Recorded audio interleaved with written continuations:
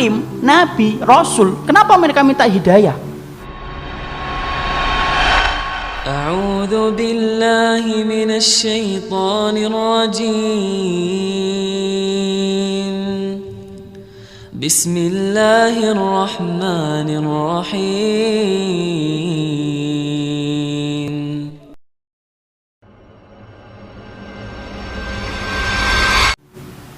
Kalau yang jahil sudah, yang baru separuh ilmu sudah, yang sudah berilmu tidak beramal sudah, yang meyakini yang batil sudah. Sekarang kita tanya, kenapa Nabi tetap minta hidayah?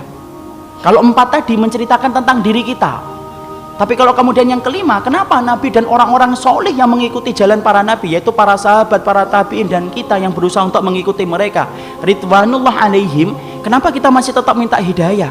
Karena belum tentu apa yang antum dapatkan kalau sudah benar itu menjamin antum itu meninggal dalam keadaan itu.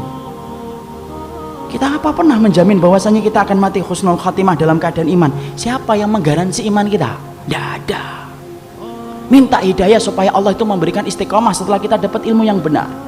Bukankah Allah menunjukkan lembaran-lembaran kehidupan sejarah, banyak orang yang mereka itu bertabur iman di awal kehidupan tetapi mereka matinya murtad. Bal'am bin Ba'urah, apa kurangnya Bal'am bin Ba'urah? Hidup pada zaman Nabi Musa, di mana doanya dikabulkan oleh Allah setiap waktu-waktu yang sempit dan terdesak. Sampai Malik bin Dinar berkata, "Kana mujabud da'wah fi syada'id." Kalau sudah bicara tentang Bal'am bin Ba'urah, Masya Allah, doanya selalu dikabulkan oleh Allah dalam keadaan genting. Kata Malik bin Dinar rahimahullahu ta'ala ketika menafsirkan surat Al-A'raf 175. Tapi matinya murtad. Rajal Unfuah, sahabat Nabi, dipuji oleh Abu Bakar, dipilih oleh Abu Bakar untuk menjadi delegasi sunnah, mendakwahkan kepada Musailamah al-Kadzdzab, matinya beriman, murtad. Ubaidillah bin Jahsy yang pernah menyelamatkan kehidupan agamanya sampai ke Habasyah ketika Nabi masih di Mekah, ikut di dalam hijrah yang pertama, hijrah yang kedua ke Habasyah, beriman? Tidak, murtad di Habasyah. Kecintaannya minum khamr menjadikan dia murtad. Seorang muadzin yang diceritakan oleh Imam Qurtubi murtad ketika kemudian tergiur dengan pesona seorang wanita yang dia lihat ketika adzan di tempat yang tinggi.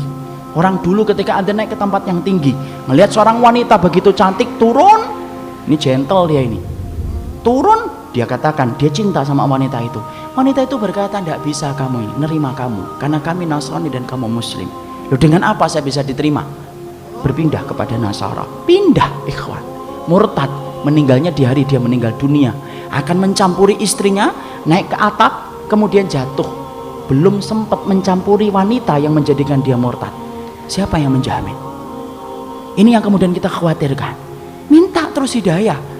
Kenapa kita minta hidayah walaupun kita itu sudah memelihara jenggot, sudah kemudian ngaji, istri kita sudah kemudian berhijab yang syar'i, kegiatan kita sering datang ke kajian ilmu, bertemunya kita dengan orang yang solih, terus kita menjaga hangatnya iman. Tapi kenapa kita tetap minta hidayah walaupun ikhtiar sudah kita lakukan?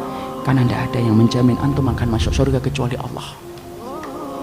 Ya, makanya sampai dikatakan oleh Rasulullah, ada di antara kalian, fa inna ahadakum la ya'malu bi amali ahlil jannah hatta yakuna bainahu wa bainaha illa dhira'un fayasbiqu alaihi alkitab fayamalu bi amali ahli nari hatta yadkhuluha. Makanya sampai Nabi beliau bersabda, ada di antara kalian yang melakukan amalan surga sampai antara dia dengan surga tinggal sejengkal, tinggal sejengkal ikhwan. Satu amalan tak langsung masuk surga itu harusnya, tapi ternyata catatan takdir mendahului apa yang dia lakukan. Lalu kemudian di akhir kehidupannya melakukan amalan penduduk neraka hatta yadkhuluha, sampai dia masuk ke neraka itu. Ada pula yang sebaliknya, fa inna ahadakum la ya'malu bi amali ahli nar hatta yakuna bainahu wa bainaha illa dhira'un fayasbiqu alaihi alkitab fayamalu bi amali ahli jannah hatta yadkhuluha. Nabi kemudian berkata sebaliknya, ada pula di antara kalian yang melakukan amalan penduduk neraka terus sampai antara dia dengan neraka tinggal sejengkal tak, kata Nabi. Tetapi catatan takdir mendahului apa yang dia lakukan. Dia melakukan amalan penduduk surga sebelum meninggal dunia, lalu kemudian Allah masukkan ia ke dalam surga. Antum tahu Usairim bin Abdul Ashhal? Usairim bin Abdul Ashhal, seseorang sahabat yang dikatakan oleh Nabi sebagai penduduk surga, tapi keningnya tidak pernah dipakai untuk bersujud kepada Robnya. Karena apa? masuk Islamnya belum ada 24 jam. Ketika dia masuk Islam mengucapkan syahadat, dia bertanya, sholat? Belum waktunya sholat. Apa yang saya lakukan? Ayo berjuang bersama Rasulullah. Berjuang bersama Rasulullah SAW dan para sahabat. Ketika kemudian dalam peperangan tersebut Allah takdirkan dia meninggal dunia.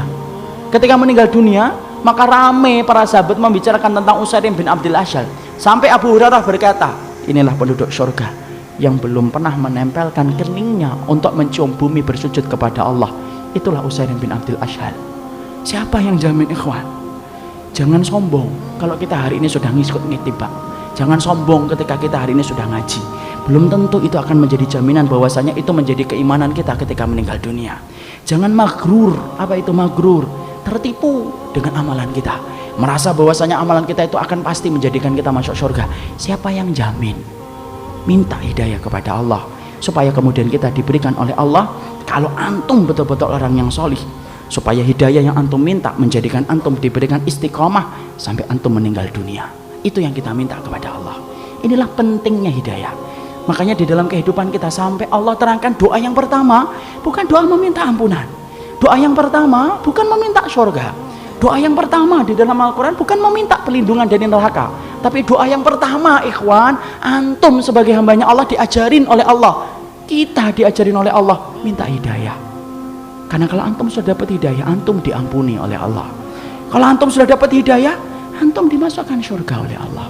Kalau antum minta hidayah, antum akan dijaga dari api neraka. Dan itu didahului dengan hidayah.